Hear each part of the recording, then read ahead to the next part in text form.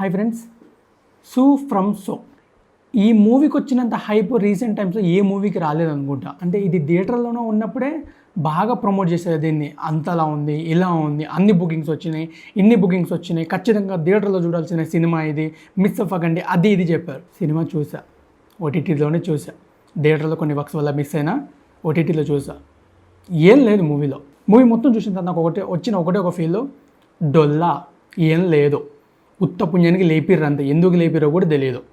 ఈ సమాజం ఒప్పుకుందా ఒప్పుకోకపోయినా మాత్రం ఈ సినిమా నాకు నచ్చలేదంటే ఏం లేదు సినిమాలో. ఫస్ట్ ఆఫ్ ఆల్ అయితే స్టార్టింగ్ నుంచి ఎండ్ వరకు ఒక హర్రర్ జానర్ని క్రియేట్ చేశారు, కానీ అది హర్రర్ కాదు.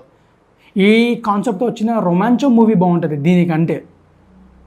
మూవీ ప్లాట్ వచ్చేసి ఏం ఉండదు, జస్ట్ మలయాళం మూవీస్లో ఎట్లుంటే జస్ట్ నార్మల్ క్యారెక్టర్స్ ఉంటాయి. ఒక ఊళ్ళో జరిగే డ్రామాస్ని బాగా చూపించడానికి ట్రై చేస్తారు మలయాళం నుంచి.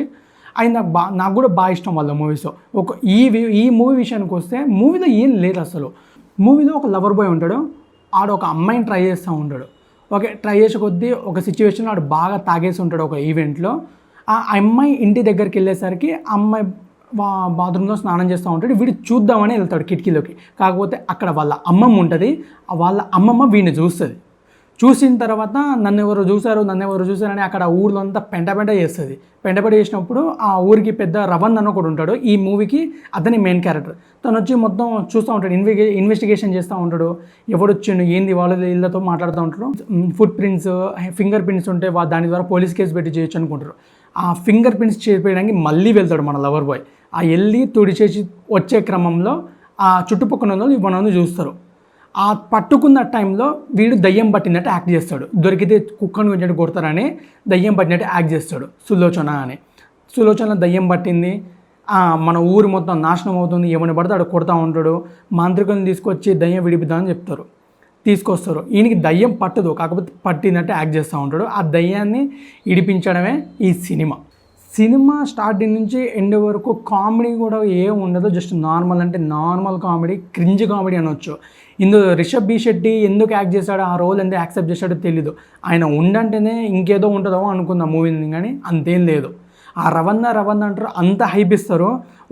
ఒకనొక టైంలో ఆయనను కూడా కొడతారు సినిమాలో. ఆయన ఫైట్ సీక్వెన్స్లో కొట్టే టైంలో మళ్ళీ ఆయననే కొడతారు. ఆ సులోచన ఎవరైతే దయ్యం ఉన్నదో ఆ సులోచన పేరు మన రవణకి ప్రీవియస్లో ఒక పెళ్లి చూపులో చూసిన అమ్మాయి.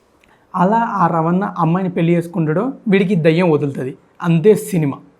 చాలా నార్మల్ ప్లాట్. దీనికి ఎందుకు ఇంత లేపిరో తెలియదు, కానీ థియేటర్ మూవీ అయితే కాదు, ఓటీటీలో కూడా జస్ట్ స్కిప్ చేసుకుంటూ చూసుకోవచ్చు మూవీ. అంతే ఉండదు. మీరు పెయిడ్ ప్రమోషన్స్ లేకపోతే పెయిడ్ రివ్యూస్ తెలియదు, కానీ మూవీ అయితే అంతే ఉండదు. మీకు ఏ మూవీ చూడాలి అని తెలియనప్పుడు, బోర్ వచ్చినప్పుడు ఈ మూవీ ఒకసారి ట్రై చేయండి. చూడొచ్చు, మరి ఎంత బాగుందని చెప్పాను, టైంపాస్ అవుతుంది. ఈ మూవీ జియో హాట్‌స్టార్లో స్ట్రీమ్ అవుతుంది, వెళ్ళి చూసేయండి. ఈ వీడియో కనుక మీకు నచ్చినట్టయితే లైక్ చేయండి, షేర్ చేయండి, సబ్స్క్రైబ్ చేయడం మాత్రం మర్చిపోకండి. Thank you.